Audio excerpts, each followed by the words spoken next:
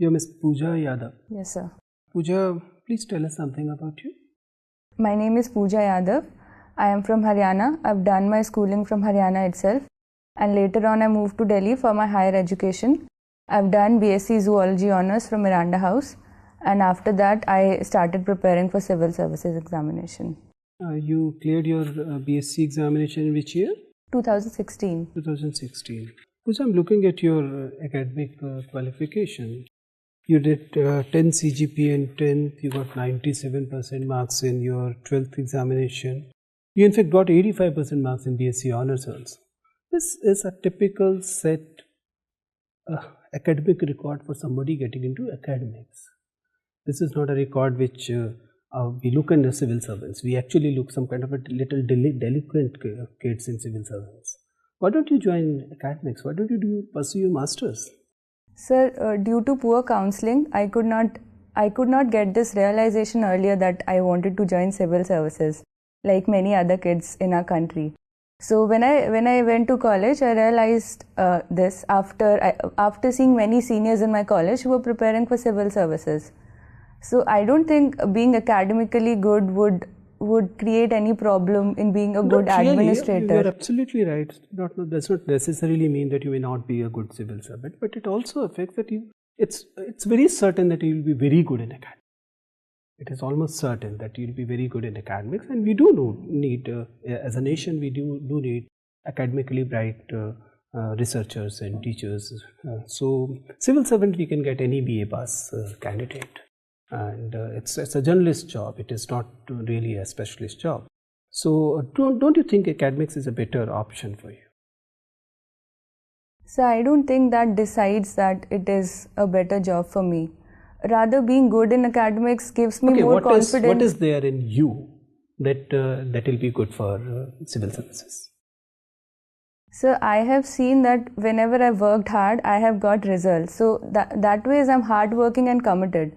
So if I work in this direction, I can be a good administrator as well. Okay. What are other character attributes you have which makes you good for civil services? So I think commitment towards the service, honesty, integrity. Okay. You are also Inspire Scholar. What is this Inspire program? What is the Inspire Scholars? Why Inspire Scholarship is given by the country? So this is a scholarship by Department of Science and Technology. So it is given to students to attract them towards science and technology, so that we can have a good pool for science and technology. So I got this scholarship for 3 years during the time of my graduation. So by not pursuing your masters, you basically defeated the very purpose of Inspire Scholarship, because Inspire Scholarship is to attract young students to get into science research and practice. Sir, I think I disagree, because we do not want everybody to actually study science, but to have a scientific temper. So that way, if I have developed that temper and I can use it in other areas also. We just don't want scientists. And I can use the knowledge that I have gained in other areas. Okay. Pooja, you studied from a college called Miranda House. This name sounds really, a name changing thing is on spray. I mean, everybody is changing name. Why your institution is carrying such a colonial name, still name? What is, if I'm right, then Miranda is some character in some literary thing. So why your institution is not changing name to something more nationalist? So I think more than name, what is the quality of education which is provided, it matters more than the name.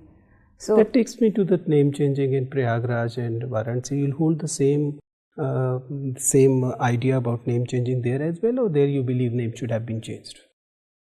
So I think name should be changed when there is some purpose which is served. So if we look from the perspective of administration, if it is not giving any advantages or any sort of benefits, then we should try to avoid name changes.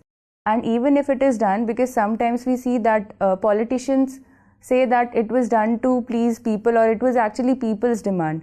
So if it is done that way, then it should be done more transparently, because if people want, there should be some sort of voting or something. That's a very interesting argument you're putting forward, and I tend to agree. I believe that policy, whenever governments take policy decision, it should be backed by hard data, actual things. Do you think government actually followed this thing when economically weaker section 10% reservation was put forward? Because no hard data is given, and the kind of ceiling they are providing, almost 95, maybe 96% population come under this. Do you believe that EWS decision is a well thought decision? Sir, I think I don't support the decision totally. Also because the limit that has been set, 8 lakhs would lead to almost 95% of the population would become eligible to get the reservation benefit. And we have seen earlier also that whenever reservation is given, it is difficult to actually take it back. So such decisions, the Mandal Commission report which was implemented, and now we see that... Are you trying to say that the reservation for OBC was equally a bad decision? Sir, but no sir, I mean to say that when reservation was envisaged, it was for 10 years. But we have... Under which article of the Constitution? Sir, I don't remember the article, but initially it was for 10 years. It could have been updated, it could have been taken forward, but we have already... Will it not be necessary for you to qualify this statement that the reservation was only for 10 years? Because honestly, I've never studied. So we envisaged it for 10 years, and then we could have stopped the reservation. But now we see that even if we want to take back the reservation, it would become very difficult, because now it is being associated with politics. Thank you, Pooja. Pooja, I can read in your DAF that assessment of water quality of public water supply area in and around Delhi. Yes, sir. Okay.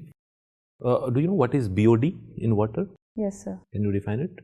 So BOD stands for biological oxygen demand. So this is it is the amount of oxygen which is required by the bacteria to degrade to decompose the organic matter which is present in the water. And what is COD? COD is chemical oxygen demand. So BOD is only in this BOD we have the amount of oxygen which is required by the bacteria to decompose the biodegradable matter. But COD considers both. So the amount of oxygen which is required to decompose both degradable and non-biodegradable. I mean, there are a term called problem nutrient in water. Problem nutrient in water. Are you aware of this term? No, sir. You know what is eutrophication? Yes, sir. Can you define it? So eutrophication is the process of nutrient enrichment of water. So due to different reasons, we see that the amount of nutrients in water like nitrate or other like fluoride, etc. There are some technique that we use in zoology or any testing methodology. Southern blot, northern blot and western blot. Can you tell me quickly that where do we use it? So southern blotting is used in DNA fingerprinting. So when we have to find the sequence. Northern? Northern, it is used for sequencing proteins. Okay. And western? So I think western is for proteins and northern I'm not aware. Okay. Then what is ELISA different from western? So western is for proteins and ELISA is for, in ELISA there's a different technique. So antibodies and antigens are used. Okay. Which of the following methodology we use in HIV testing?